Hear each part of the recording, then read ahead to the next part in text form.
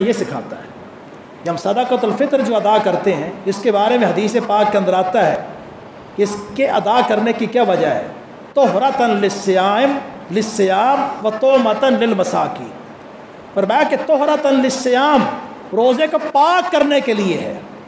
ہو سکتا ہے کہ لاشعوری طور پر مجھ سے غلطی ہو گئی ہو، کسی سے غلط بات ہو گئی ہو، اونچ نیچ ہو گئی ہو، اور اونچ نیچ کے نتیجے کے اندر وہ جو ناپاکی کا دھبا تھا، وہ جو سیاہ قسم کا نشان تھا، یہ صدقۃ الفطر کیا کرے گا؟ طہرۃ، اس کو پاک کرے گا۔ اور دوسری حکمت کیا؟ تومۃ للمساکین، مسکینوں کو کھانا کھلانا ہے۔ مسکینوں کو کھانا کھلانا، مسکینوں کا خیال رکھنا، دین اسلام نے اس کی کتنی بڑی اہمیت بیان کی ہے۔ نبی علیہ الصلوۃ والسلام فرماتے ہیں کہ کوئی شخص مسکین اور بیوہ اور یتیم اور ضرورت مند لوگوں کے لیے سعی کرتا ہے، کوشش کرتا ہے، اپنی جیب سے کرے، کسی اور ذریعے سے کرے، کتنا بڑا اجر و ثواب ہے۔ ساری رات قیام کیا، سارا دن روزہ رکھا، ساری رات قیام کیا، سارا دن روزہ رکھا۔ تو اس فطرانے کی، صدقۃ الفطر کی جو حکمت ہے، فرمایا کہ تومۃ للمساکین، مسکینوں کو کھانا کھلانا ہے، اور طہرۃ للصیام، اپنے روزوں کو پاک رکھنا ہے۔ یہ ہے پاکیزگی کی بات۔ ان اللہ یحب التوابین ویحب المتطہرین۔ نبی علیہ الصلوۃ والسلام کے حدیث مبارک آپ فرماتے کہ جس نے رمضان کا مہینہ پایا، اپنے گناہوں کی مغفرت نہ کروا سکا، اس کے لیے جہنم کی آگ ہے۔ تو یہ مغفرت کا مہینہ ہے، گناہوں سے پاک ہونے کا مہینہ ہے۔ اپنے گناہوں کی مغفرت کے لیے اللہ کے سامنے گڑ گڑائے۔ لیلۃ القدر کی خاص دعا جو رسول کریم علیہ الصلوۃ والسلام نے تلقین کی، اور کس کا بتایا؟ امنا جناب سیدہ عائشہ صدیقہ طاہرہ رضی اللہ تعالی عنہا و ارضاہا۔ فرمایا کہ لیلۃ القدر کے اندر آپ نے یہ دعا پڑھنی، اللہم انک عفو تحب العفو فاعف عنی۔ اللہ تو معاف کرنے والا ہے، درگزر کرنے والا ہے، اللہ تو مجھے معاف کر دے، اللہ تو میرے گناہوں سے درگزر فرما لے۔ اس دعا کے اندر بھی یہ سبق ہے کہ اللہ تبارک و تعالیٰ کے سامنے معافیہ مانگو، گڑ گڑاؤ، توبہ کرو، استغفار کرو۔ تو یہ مبارک مہینہ گناہوں سے پاک کرنے کے لیے آیا ہے۔ توبہ کا دروازہ کھلا ہے، اللہ کے سامنے گڑ گڑائیں، مایوس نہیں ہونا چاہیے۔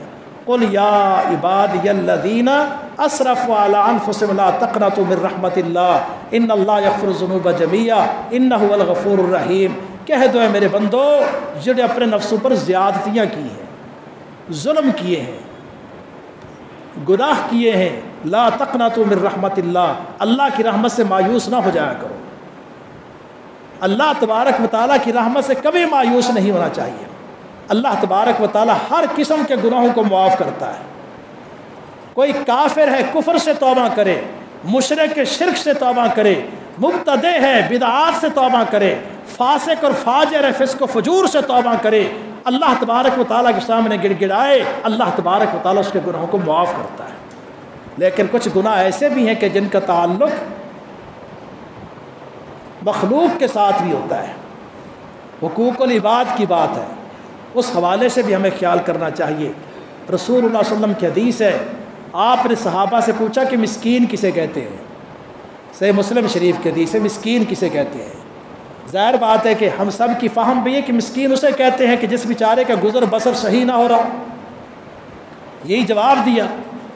فرمایا نہیں، مسکین وہ شخص ہے جس کے پاس ہر طرح کی نیکیاں ہیں، تا حد نکاح نیکیوں کے رجسٹر بھرے ہوئے، پہاڑوں کی شکل کے اندر نیکیاں ہی نیکیاں ہیں، نیکیوں سے اس کے رجسٹر بھرے ہوئے ہیں، گناہ نہیں، نیکیوں سے اس کے رجسٹر بھرے ہوئے ہیں، تا حد نکاح، پہاڑوں کی شکل کے اندر نیکیاں نیکیاں ہیں۔ لیکن قد شتم ھذا، کسی کو گالی دی، وقذف ھذا، کسی پر بہتان لگایا، اکل مال ھذا، کسی کا مال بہایا، کسی کا مال کھایا، سفک دم ھذا، کسی کا خون بہایا۔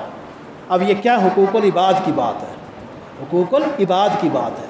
تو نبی علیہ الصلوۃ والسلام فرماتے ہیں کہ ان لوگوں کو بلایا جائے گا اور اس شخص کو کھڑا کر دیا جائے گا اور اس کی ساری نیکیاں ان کے اندر بانٹ دی جائیں گی، اور پھر بھی معاملہ برابر نہیں ہوا تو ان کے گناہ اس کے اوپر رکھ کر فرمایا کہ اس کو جہنم کے اندر بھیج دیا جائے گا اور اس کو جنت کے اندر بھیج دیا جائے گا۔ اس لیے حقوق العباد کا خیال کریں، کسی کو گالی نہ دیں۔ حدیث پاک میں آتا ہے کہ کسی بندہ مسلمان کو اگر کوئی گالی دیتا ہے تو فرمایا کہ سباب المسلم فسوق، یہ فسق ہے، انسان کو فاسق بناتا ہے۔ وقتال و کفر، اور کسی مسلمان سے قتال کرتا ہے، ایک ہے قتل کرنا، ایک ہے قتال۔ قتال کا معنی لڑنا، اور قتل تو جان سے کسی کو مار دینا، ہاتھا پائی کو قتال کہتے ہیں۔ فرمایا کہ کفریہ کام ہے۔ تو اس لیے حقوق العباد کے حوالے سے اگر کوئی گناہ ہے تو انسان کو چاہیے کہ دنیا کے اندر ان بندوں سے جا کر معافی تلافی کر لے۔ تو قرآن مجید کی ان آیات کا خلاصہ یہ ہے جو میں نے پڑھی ہیں، یہ رمضان کا مہینہ توبہ کا مہینہ ہے، استغفار کا مہینہ ہے، صدقات خیرات قرآن مجید کی تلاوت کا مہینہ ہے، اپنے محاسبے کا مہینہ ہے، اللہ تبارک و تعالیٰ سے اپنے تعلق کو مضبوط کرنے کا مہینہ ہے، اور مسلمانوں کا احساس اپنے اندر پیدا کرنے کا مہینہ ہے کہ چند گھنٹے تم بھوکے رہے تو تمہاری کیا کیفیت ہے، پوری دنیا کے اندر تمہارے ایسے بھائی بھی ہوں گے جن کو کھانے کے لیے کچھ نہیں ملتا، ان کی کیا کیفیت ہو سکتی ہے۔ اللہ تبارک و تعالیٰ ہم ان سب چیزوں کو سمجھنے کی توفیق نصیب فرمائے۔ اللہ سبحانہ و تعالیٰ ہمیں، ہماری اولاد کو، ہمارے والدین کو اور ہمارے بہن بھائی تمام مسلمانوں کو صراط مستقیم پر چلائے، اور کافروں کی جو چالیں ہیں اللہ تبارک و تعالیٰ ان سب سے ہم سب کو محفوظ رکھے، اور ان کی چالوں کو اللہ تبارک و تعالیٰ انہی کے اوپر پلٹا دے۔ مغفرت کی دعائیں اپنے لیے بھی کرو اور اپنے بھائیوں کے لیے بھی کرو۔ بالخصوص قرآن پاک کی یہ جو آیت ہے، ربنا اغفر لنا ولاخواننا الذین سبقونا بالایمان ولا تجعل فی قلوبنا غلا للذین آمنوا ربنا انک رؤوف رحیم، یہ قرآنی دعا سورۃ الحشر میں اللہ ہماری بھی مغفرت فرما دے، اور جو بھائی ہمارے دنیا سے جا چکے ان کی مغفرت بھی فرما دے، اور ہمارے دلوں کے اندر کسی قسم کا کینہ، کسی کے بارے میں کوئی کسی قسم کی کھوٹ اور بغض نہ رکھ۔ تو یہ دعائیں کرنی ہیں، ماں باپ کے لیے بھی دعائیں کرنی ہے، یہ انسان کے اوپر فرض ہے۔